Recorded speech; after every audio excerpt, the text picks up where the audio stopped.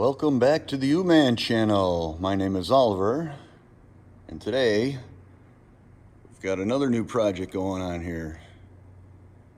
Today we're going to be installing the Banks Derringer Power Programmer with super super gauge and tie that in with the pedal monster that we installed a couple weeks ago. Pedal Monster was great, a lot of fun, but it didn't give me any additional top end, which is what I was kind of looking for. Makes the pedal much more responsive on the low end, but I'm still kind of dogging as I'm trying to merge into traffic getting on the highway. So we figured we'd give this little bad boy a try.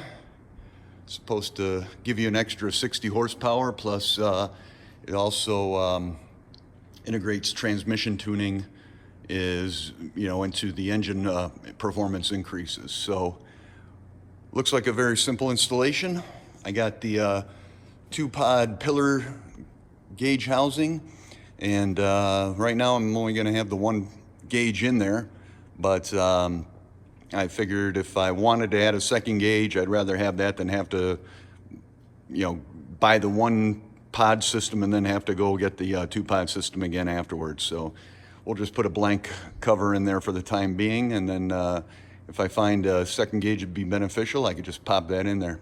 So looks like a pretty straightforward installation. That bottom left cable there goes and cuts into the MFI, and I forgot what the other wire was, but it intercepts the signals there, puts it into the Derringer, which is in the center coil of wires there. And then from there, that plugs into the pedal monster, and the pedal monster plugs into the super gauge, and that should be it. So let's get started by getting that A-pillar installed.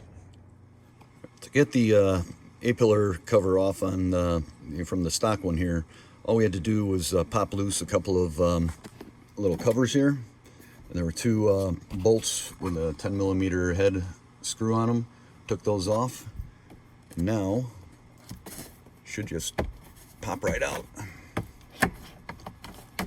I do believe we have a speaker to remove in here, so we may have to loosen some screws down there, but new one will go on. We do lose the handle, but I never really use that handle anyway, and I'd rather have the functionality of the gauge there. So let me get this thing removed and the new one put on, and I'll show you what it looks like. All right, 2 things to note here. Number 1, I had to find a couple of number 440 screws to reattach that speaker to the Banks gauge pod assembly there. The ones that were on the speaker went straight into the plastic, and I did not see these little screws in the kit. Maybe I just overlooked it or lost them, but you'll need 2 number 440 screws. Then you'll need to pop this side panel off here so you can route the wires through here, make it a nice clean assembly so you don't have wires dangling or trying to jam things around that rubber seal there. This goes nice and easy, lets you get right down here into the pedal area. So I would highly recommend popping that panel off and doing it right. All right, we finally got the cable punched through the grommet in the firewall here. Nice thing about this installation setup is that lets you run all the wires a lot shorter. You don't have the big bundles messed up down here. So anyway, you could see right in the center of the screen there where I poked a hole through that grommet and ran the cable through. That cable goes to the pedal monster, and then the other cable from the I-dash gauge goes to the pedal monster as well. There it is, and that's where it gets the power and sends the interrupted signals. Now again, we can see nice and neat here, got all the wires tucked up in here. Put that side panel back on. Now under the hood here, we got the Derringer mounted over here. We got to cut those little wire ties. And what we did was we interrupted 2 signals. We had to interrupt the fuel pressure sensor, which is tucked away and hidden down in here somewhere. Let me see how I can You can see that one right there.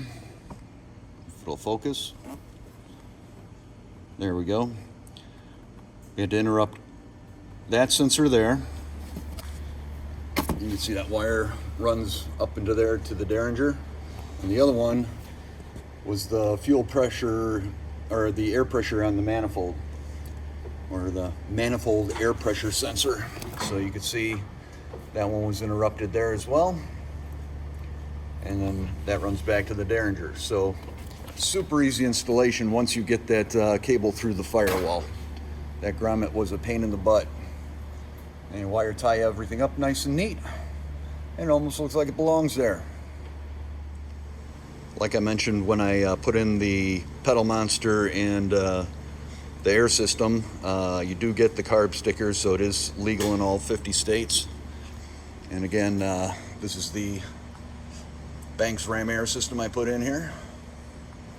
Does seem to have been helping with the gas mileage. I was towing empty, and it seems like I might be getting that extra mile in the gallon I was looking for. So we'll see how it goes when I'm towing the big trailer for the long trip. Well, after installing everything, we fired her up. And like the instructions said, the Derringer is blinking green because it is not yet up to temperature. And once it reaches operating temperature, it's supposed to go solid green. So that's working as described so far.